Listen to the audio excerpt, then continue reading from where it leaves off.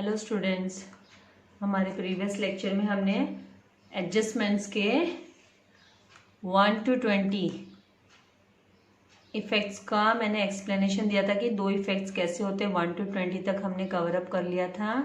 अभी 21 and 22 उसके बाद में हम करेंगे हिडन एडजस्टमेंट्स। ओके, तो पहले 1 to 21 यहाँ पे बोला है कि रेवेन्यू रिसिप्ट्स। अभी रेवेन्यू रिसिप्ट्स हम सभी को पता है कि लेस देन 1 ईयर वाली बात, राइट। लेस देन 1 ईयर की जो शॉर्ट पीरियड के लिए रहती है उसको रेवेन्यू रिसिप्ट्स बोलते हैं। तो ये इनकम है। रिसिप्ट्स मतलब इनकम, एक्सपेंसेस मतलब हम स्पेंड करते, राइट। वहां पे हम स्पेंड करते, तो यहाँ पे ये रिसिप्ट्स इंक्लूडेड इन, इस तरीके का जब स्टेटमेंट आपको आएगा कि revenue receipts included in capital receipts. Okay, revenue receipts included in capital receipts. For example, यहाँ पे एग्जाम्पल भी दिया है। For example sale of goods. Sale of goods short period हुआ, 1 ईयर का हुआ, लेस देन 1 ईयर की बात हुई, राइट। तो यहाँ पे सेल ऑफ गुड्स सेल की एंट्री जो है, sale of goods included in sale of furniture, वो फर्नीचर के सेल में इंक्लूड हो गई। तो उस टाइम पे जो पैसा रिसीव हुआ वो सेल ऑफ गुड्स का हमने फर्नीचर में इंक्लूड कर दिया, तो वो तो गलत हो गया। बिकॉज फर्नीचर इज तो कैपिटल रिसिप्ट्स होती है। फर्नीचर बेचा, एसेट्स बेचा कोई हमने, तो वो कैपिटल रिसिप्ट से रिलेटेड हुआ, क्योंकि कैपिटल गुड्स हो गए वो।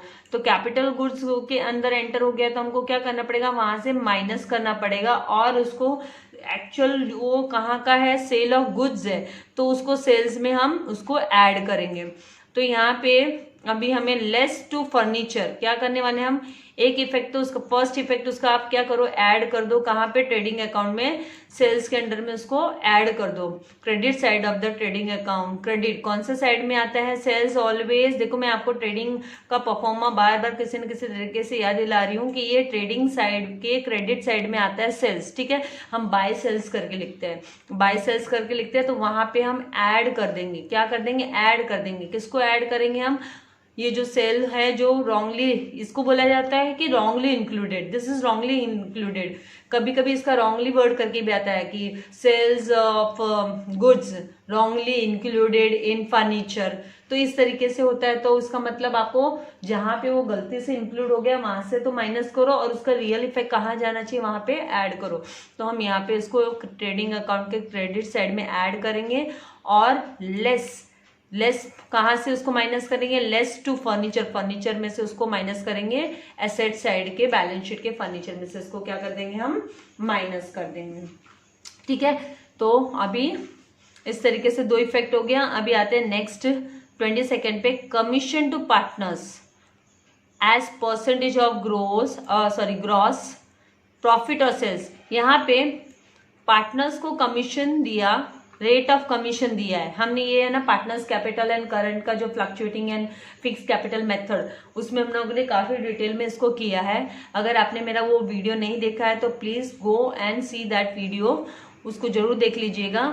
आगे नहीं तो भी आने ही वाले हैं ये ट्रांजैक्शन। तो कमीशन, अगर किसी भी पार्टनर को कमीशन दे रहे हैं हम, तो उसमें मेंशन रहता है क्वेश्चन में कि आप कमीशन कहाँ पे कैलकुलेट करो, या तो ग्रॉस प्रॉफिट जो फर्म का आ रहा है उसके ऊपर 2%, 3%, 4%, जैसे क्वेश्चन में पूछा हो उस तरीके से, या आपको बोलेंगे कि आप सेल्स के ऊपर उसको कैलकुलेट करो कि सेल्स पे 5%, 2%, 3%, इस तरीके से।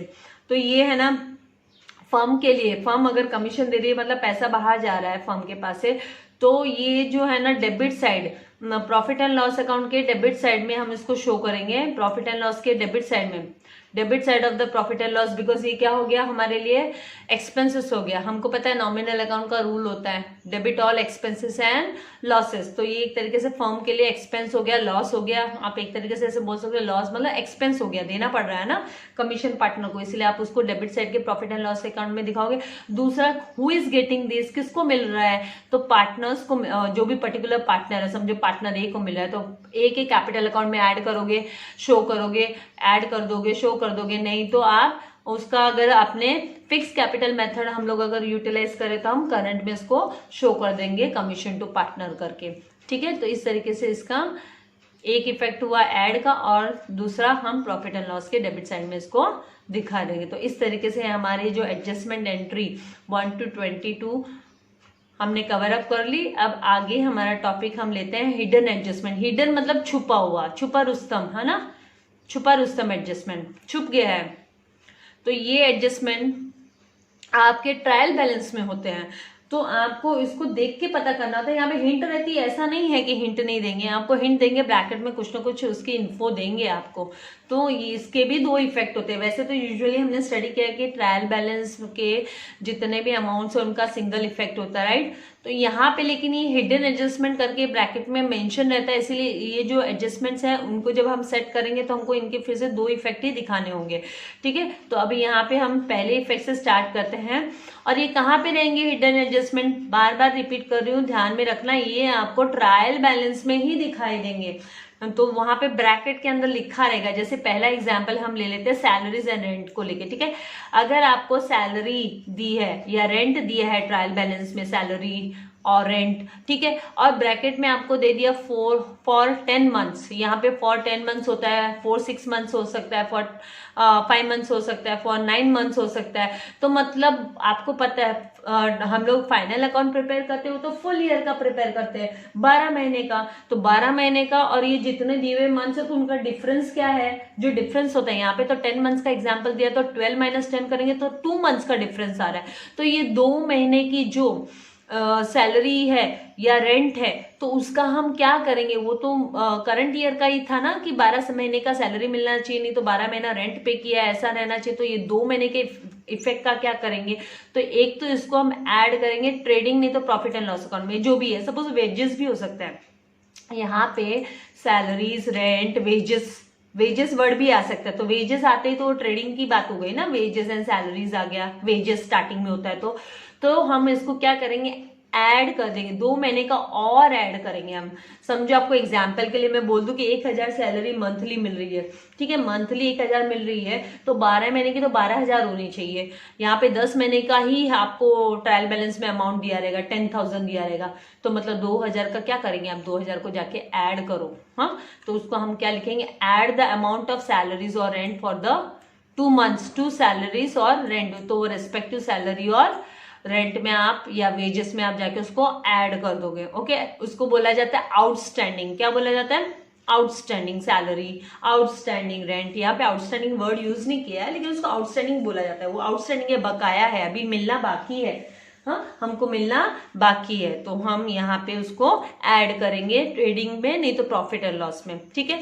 और उसका दूसरा इफेक्ट कहाँ दिखाएंगे, उसका दूसरा इफेक्ट हम लायबिलिटीज के अंडर में, मतलब यहाँ पे ये पेड की बात है, ये एक्चुअली रिसीव्ड नहीं, पेड तो देना बाकी है, अभी तक दिया नहीं है, 2 महीने का रेंट दिया नहीं है या 2 महीने की सैलरी दी नहीं है हमने, तो वो 2 महीने का सैलरीज में ऐड करो, या वेजेस है तो वेजेस में ऐड करो, रेंट है तो रेंट में ऐड करो, और क्वेश्चन पे डिपेंड करता है क्या दिया है। और दूसरा इफेक्ट आप उसको सेपरेटली उसको आउटस्टैंडिंग सैलरी नहीं तो आउटस्टैंडिंग रेंट करके आप लायबिलिटीज के अंडर में, क्योंकि देना पड़ेगा, फ्यूचर में छोड़ने वाला है क्या बंदा, कोई एम्प्लॉई है कहाँ पे काम कर रहा है, अगर उसको नहीं मिली है उसकी सैलरी तो लेगा ना, तो वो तो देना तो पड़ेगा ही फर्म को। तो वो वहां पे क्या मेंशन करेंगे, आउटस्टैंडिंग सैलरी करके लायबिलिटीज के अंडर में, okay, because firm is obligated to pay this. Now next दिया है आपका second adjustment, insurance premium paid for 1 year ending 30th June. 1 साल का इंश्योरेंस प्रीमियम पे कर दिया 1 ईयर का, ईयर एंडिंग 30th जून 2019। हमारा देखो कहाँ तक उसने इंश्योरेंस पे कर दिया, जून 2019 तक पे कर दिया। अब हम सब जानते हैं कि अकाउंटिंग ईयर कब एंड होता है, अकाउंटिंग ईयर एंड होता है हमारा 31 मार्च को, एवरी ईयर। बिगिनिंग है 1 अप्रैल, एंड होता है 31 मार्च। तो यहाँ पे 31 मार्च 2013 को अकाउंट क्लोज हो गया है, राइट। तो आपका मार्च के बाद क्या आता है, अप्रैल, मई, राइट, अप्रैल, मई और जून भी मैं कैलकुलेट कर रही हूँ, क्योंकि 3 महीना, कैसे 3 महीना, 30 तारीख तक, एंडिंग ऑन 30th, तो 30 तारीख। तो यहाँ पे अप्रैल, मई और जून 3 महीने का ये प्री एडवांस में, ये एडवांस में दे दिया गया है इंश्योरेंस कंपनी को प्रीमियम एडवांस, क्योंकि हमको तो करंट ईयर का ही इंक्लूड करना है, करंट ईयर का ही हमको चाहिए। करंट ईयर हमारा कब स्टार्ट हुआ होगा? अभी यहाँ पे 31 मार्च 2019 बोला है, क्या बोला? 31 मार्च 2019 बोला है, तो मतलब ये कब स्टार्ट हुआ? बिगनिंग कब हुई? 1 अप्रैल 2018 को हुई। 1 अप्रैल 2018 टू 31 मार्च 2019 1 ईयर कंप्लीट होता है। तो ये आगे के जो 3 मंथ्स है, अप्रैल मई जून, ये है ना प्रीपेड हो गया। क्या हो गया? प्रीपेड, मतलब हमने एडवांस में इंश्योरेंस कंपनी को दे दिया है, तो इसको माइनस करेंगे, क्योंकि करंट ईयर के नहीं तो प्रॉफिट पे, नेट प्रॉफिट जब हम कैलकुलेट करेंगे तो उस पर फिर उसका इफेक्ट दिखाई देगा। करंट ईयर के प्रॉफिट पे इसका इफेक्ट दिखाई देगा। इसके लिए हम क्या करेंगे? इसको माइनस करना पड़ेगा हमको। तो ये कहाँ से माइनस करेंगे? हम जितने भी एक्सपेंसेस होते हैं, लॉसेस होते हैं, वो हम शो करते हैं प्रॉफिट एंड लॉस अकाउंट में। तो हम इसको डिडक्ट करेंगे। Deduct the proportionate amount of insurance premium for 3 months. ये 3 मंथ्स का जो इंश्योरेंस जो एडवांस में पे किया वो हम माइनस कर देंगे debit side of profit and loss account में से, इंश्योरेंस के अंडर में जाके लेस 3 मंथ्स प्रीपेड करके। और इसका दूसरा इफेक्ट हम लोग सेपरेटली ये अमाउंट हम कहाँ शो करेंगे? प्रीपेड इंश्योरेंस करके। अब एडवांस में दे दिया तो फ्यूचर में 3 महीने का एटलीस्ट कम देना पड़ेगा हमको, राइट? तो हम इसको एसेट साइड के बैलेंस शीट में इसको शो कर देंगे प्रीपेड इंश्योरेंस करके। इसको प्रीपेड इंश्योरेंस करके हम इसको शो करेंगे, ठीक है। अब आते हैं नेक्स्ट, एडवर्टाइजमेंट एक्सपेंसेस। अभी फिर से ये एडवर्टाइजमेंट एक्सपेंसेस ये क्या है? 4 इयर्स के लिए, 4 इयर्स के लिए दे दिया है। हाँ भाई 1 साल का चाहिए हमको, 4 साल, तो मतलब 1 साल का तो अपने पास रख लो, इसके 4 पार्ट करो, या आप 4 पार्ट करो, मतलब 1 ईयर का ही चाहिए। तो आप है ना डिवाइड बाय 4 करोगे। आपका जो भी अमाउंट दिया है, मान लो मैं बोल देती हूँ कि 24,000 दिया है आपको, ठीक है, तो आप 24,000 को डिवाइड बाय 4 करोगे तो 6,000 आएगा आपका। तो ये जो 6,000 है वो आपका करंट ईयर का है, और बाकी का जो 24 माइनस 6 करेंगे तो कितना होता है? 18 ना, राइट? तो 18,000 हमको माइनस करना पड़ेगा, और प्री पेड करके हम लिखेंगे उसको। तो शो 1/4 अमाउंट, 1/4 ये 4 महीने इसलिए 1/4, 5 महीना होता तो 1/5, 6 महीने, सॉरी 4 साल का है, 4 इयर्स का है तो 1/4, 5 इयर्स का होता तो 1/5 लेते, 6 इयर्स का होता तो 1/6 हम लोग अमाउंट लेते हैं। मतलब हम क्या करते हैं, जो अमाउंट दिया है, जैसे 24,000 दिया है सपोज, तो 24,000 मल्टीप्लाई बाय 1/4 करेंगे यहाँ पे, तो हमको 6,000 मिल जाता है, ठीक है। तो इस तरीके से हम खाली जो आउटर कॉलम में हमारे, हम सम सॉल्व करेंगे तो और अच्छे से समझ में आ जाएगा। हमारे आउटर कॉलम में ओनली 1/4 का अमाउंट जाएगा, बाकी का प्री पेड होता है। बाकी का क्या होता है? ट्रायल बैलेंस में ये दिया रहेगा, फुल अमाउंट दिया रहेगा आपको 24,000, तो 24,000 जो दिया है उसमें से माइनस आप 18 प्रीपेड करोगे, 18,000, तो आपके आउटर कॉलम में 6,000 का amount he profit and loss account में डेबिट साइड में जाएगा, एडवर्टाइजमेंट एक्सपेंसेस करके, ठीक है। बहुत सारे कंपनीज ऐसे होते हैं, वो लोग 4 साल के 5 साल के एक साथ एडवर्टाइजमेंट एक्सपेंसेस दे देते हैं। फिर यहाँ पे शो द रिमेनिंग, तो बचा हुआ 3/4 अमाउंट, 4 पार्ट हो गए ना 4 ईयर्स है, तो बचे हुए 3/4 अमाउंट है जो 18,000, वो कहाँ पे शो करेंगे हम? वो हम एडवर्टाइजमेंट एक्सपेंसेस करके राइट ऑफ करेंगे। इसको नॉट रिटर्न ऑफ है, ये नॉट रिटर्न ऑफ है, मतलब इसका अभी तो कुछ हम लोग ने इसकी फैसिलिटी यूटिलाइज नहीं की है, राइट? तो ये हमारी एसेट साइड में हम उसको बैलेंस शीट के एसेट साइड में शो कर देंगे, क्योंकि फ्यूचर के 3 साल हमारे सेफ है, 3 साल का हमने एडवांस में दिया हुआ है, तो ये हमारा एसेट हो गया, तो इसको हम एसेट्स के अंडर में इसको शो करेंगे, ठीक है। अब आते हैं नेक्स्ट। अभी नेक्स्ट एंट्री हमारी यहाँ पे है रेंट रिसीव्ड की। क्या? Rent receive. तो यहाँ पे 4th हिडन एडजस्टमेंट, आपका हिडन मतलब जो आपके ट्रायल बैलेंस में छुपा होता है, और आपके ट्रायल बैलेंस के अमाउंट कॉलम में, जो अमाउंट कॉलम होता है उसमें ज्यादा फुल अमाउंट आपको दिया रहेगा, नहीं तो कम अमाउंट दिया रहेगा उसके हिसाब से। यहाँ पे जब 4 साल था तो मतलब पूरे 4 साल का अमाउंट आपको दिखने वाला है ट्रायल बैलेंस में। यहाँ पे 11 महीना बोला तो 11 महीने का ही है, मतलब एक और महीने का ऐड होना चाहिए, तो रिसीव होना चाहिए, तो वो आउटस्टैंडिंग है, अभी तक हमको रिसीव नहीं हुआ है। तो ऐसे हम इसकी एंट्री क्या करेंगे, इसको मतलब होना है तो हम इसको ऐड करेंगे रेंट के अंडर में 1 मंथ का, क्योंकि 11 महीना ही है तो 12 महीना कंप्लीट होने के लिए 1 मंथ और ना, तो 1 मंथ मोर का हम क्या करेंगे, रेंट ऐड करेंगे credit side of the profit and loss. Receive होने वाला है ना, इसीलिए बेनिफिट हुआ, इनकम हुआ हमारे लिए। फर्म के लिए क्या हुआ, फर्म के लिए इनकम और गेन हुआ, तो ये क्रेडिट साइड में दिखाई देता है, प्रॉफिट एंड लॉस के क्रेडिट साइड में ये दिखाई देता है। इनकम एंड गेन है तो प्रॉफिट एंड लॉस के क्रेडिट साइड में इसको शो करेंगे, हम क्रेडिट साइड में शो करेंगे प्रॉफिट एंड लॉस के, और लिखेंगे बाय रेंट, आउटस्टैंडिंग रेंट मतलब अभी मिलना बाकी है करके वहां पे ऐड होना चाहिए। जब रेंट रिसीव्ड है आपका, बाय रेंट रिसीव्ड है तो ऐड आउटस्टैंडिंग रेंट, इस तरीके से मेंशन करने वाले आगे सीखेंगे। फिर दूसरा शो द सेम अमाउंट, और जो सेम अमाउंट आपका, जैसे मैं आपको सैलरी का एग्जांपल ली थी वैसे रेंट का भी ले लेती हूँ। एवरी ईयर पर मंथ हमको 1000 का रेंट रिसीव हो रहा है तो 12 महीने का 12,000 होना चाहिए ना। तो आपका जो 1000 का जो डिफरेंस आ रहा है, राइट, मतलब 11,000 ही आपको दिखाई दे रहा है आपके ट्रायल बैलेंस में, तो 1000 का डिफरेंस आ रहा है, वो एसेट्स में आप आउटस्टैंडिंग रेंट करके एसेट्स के अंडर में दिखाओगे, और वो 1000 आप ऐड करोगे credit side of the rent के अंडर में, तो आपका प्रॉफिट एंड लॉस अकाउंट के आउटर कॉलम में 12,000 आएगा। तो इस तरीके से हम इसका इफेक्ट दिखाएंगे। अभी आते हैं नेक्स्ट हमारे 5th हिडन एडजस्टमेंट पे। आपको क्वेश्चन में है ना ट्रायल बैलेंस में दिया रहेगा 10% लोन। अभी आपको क्या बोलता है, लोन का रेट ऑफ इंटरेस्ट दिया है आपको 10% दिया है, हाँ, और यहाँ पे बोला बोरोड ऑन, डेट भी दी है, बोरोड ऑन 1 जनवरी 2018, जनवरी 2018 को बोरो किया था। हमारा फाइनेंशियल ईयर कब स्टार्ट होता है, 1 अप्रैल 2018 से। यहाँ पे लेकिन आगे भी ईयर एंडेड डेट दिया है, सॉरी, यहाँ पे आपको डेट अलग दी है ना। यहाँ पे अकाउंटिंग ईयर एंड्स ऑन 31 मार्च 2018 बोला, मतलब 1 जनवरी को लिया था।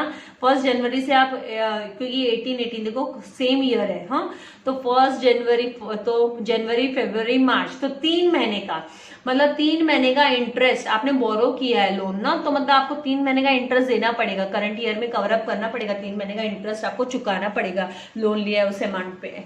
तो आप क्या करोगे, इसको आप शो करोगे, जो भी लोन है उसको ऐड करोगे लोन अमाउंट में, इंटरेस्ट को ऐड करोगे। तो आप क्या करोगे, show the amount of interest receivable on investment for, ये यहाँ पे बोरोड बात हुई है बच्चा, यहाँ पे रिसीवेबल वर्ड नहीं आना चाहिए एक्चुअली, क्योंकि लोन बोरोड ऑन, बोरो किया है तो आपने उधार लिया है, आपने लिया है तो आप पेएबल आना चाहिए। यहाँ पे ये थोड़ा सा करेक्शन है, ये रिसीवेबल के बदले, क्योंकि बोरोड वर्ड दिया है मतलब उधार हो गया ना, उधार देना, उधार लिया है आपने, बोरो किया, उधार लिया लोन कंपनी ने, फर्म ने, तो यहाँ पे पेबल वर्ड आना चाहिए कि पेबल ऑन लोन, लोन पे पे है तो for 3 months on the 3 months का लोन हमको क्या करना पड़ेगा, पे करना पड़ेगा। तो आप इसको डेबिट साइड में दिखाओगे ना कि क्रेडिट साइड में, ये करेक्शन करना पड़ेगा, ये वाला करेक्शन करना पड़ेगा, debit side of the profit and loss दिखाई देगा ये, टू इंटरेस्ट ऑन लोन करके। और इसका दूसरा इफेक्ट फिर लायबिलिटीज के अंडर में दिखाई देगा, ये वाला एडजस्टमेंट गलत हो गया है, ये गलत हो गया, ये जो, हाँ नीचे भी देखो ये सेम है ना, यहाँ पे कॉपी देखो नीचे का, ये जो है ना मिस प्रिंट, टेक्स्ट बुक में मिस प्रिंट आएगा कि नहीं आएगा वो मैं नहीं जानती, लेकिन पीडीएफ में दिखाई दे रहा है, ये मिस प्रिंट है, ये नीचे का ऊपर भी सेम प्रिंट हुआ है।